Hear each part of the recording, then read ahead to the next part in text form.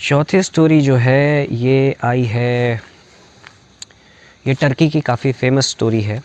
इसमें 3 main character हैं। कैरमफिल एक लेडी, कैरमफिल एक लेडी थी जो कि प्रेग्नेंट थी। उसने एक सपना देखा कभी प्रेगनेंसी के पीरियड में कि एक बहुत ख़तरनाक चेहरे वाला आदमी जिसके फेस पे खून है, सीने पे खून है, उसको बार बार सपने में दिखता था, रिपीटेड होता था ये। और एक बार तो हद तब हो गई जब उसने बोला, उस बंदे ने, ख़तरनाक चेहरे वाले बंदे ने कैरमफिल को ये बोला कि तुम्हें जो बच्चा होगा वो लड़का होगा। कैरमफिल ने अपने बच्चे का नाम, उसके माँ बाप ने, मतलब वो जो बच्चा पैदा हुआ कैरमफिल और उसके हस्बैंड ने उस बच्चे का नाम रखा सेमी। ठीक है, बच्चा थोड़ा बड़ा हुआ, थोड़ा उसे होश आया। वो कहते हैं ना, बचपने से जब टीनेज की तरफ जब जाने लगते हैं, इवन टीनेज भी नहीं बोलूँगा मैं, बचपना से प्री टीन की तरफ जब जाने लगते हैं, उस दरमियान वो बच्चा कहने लगा कि वाई यू कॉल मी सेमी, माई नेम इज़ फेस्ली। फेस्ली, और ये फेस्ली की स्टोरी बताता हूँ। फेस्ली को कई साल पहले वो मरा पाया गया था, उसे गोली लगी थी। और जिस गांव में वो रहता था तो गांव वालों ने ये बोला कि वहाँ पे शिकार विकार का प्रचलन था, लोग शिकार करते थे जानवरों का, जंगली जानवरों का। तो गांव वालों ने ये बोला कि बंदूक साफ़ करते वक्त एक्सीडेंटली गोली चल गई और फेस्ली मर गया। लेकिन जब उस बच्चे को होश आया तो वो अपने मॉम को कहने लगा कि मेरा नाम फेस्ली है और मुझे मारा गया है। अब किसी के भी साथ होगा, देखिए किसी के साथ भी अगर ऐसा होगा, किसी के भी बच्चे के साथ ये होगा तो उसके माँ बाप की क्या दशा होगी आप समझ सकते हैं।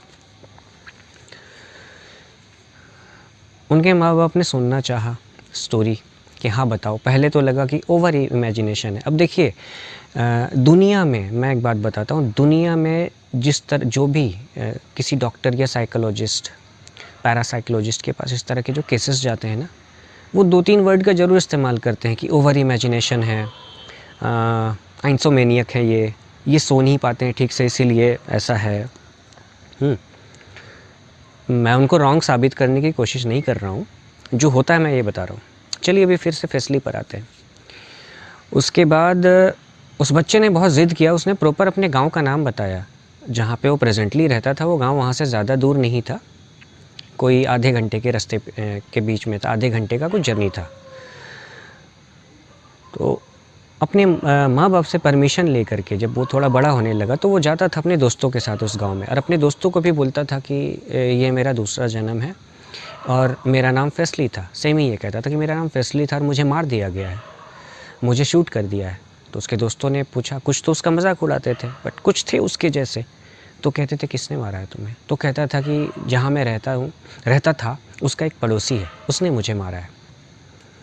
खैर सेमी गया, मतलब पिछले जन्म वाला फेस्ली, सेमी गया अपने ही घर में जो पिछले जन्म में उसका घर था, अपनी वाइफ से मिला और अपने बच्चे से मिला, जबकि उसके बच्चे उस वक्त उससे, सेमी से बहुत बड़े हो चुके थे, काफ़ी बड़े हो चुके थे, अच्छी खासी उम्र थी उनकी। पहले तो उन लोगों ने भी बिलीव नहीं किया इन बातों पे, उसको लगा कोई बच्चा है, ये पागल टाइप आ गया है। लेकिन सेमी ने कुछ ऐसी बातें बताई जिसको कि सिर्फ फेस्ली और फेस्ली की वाइफ जानती थी।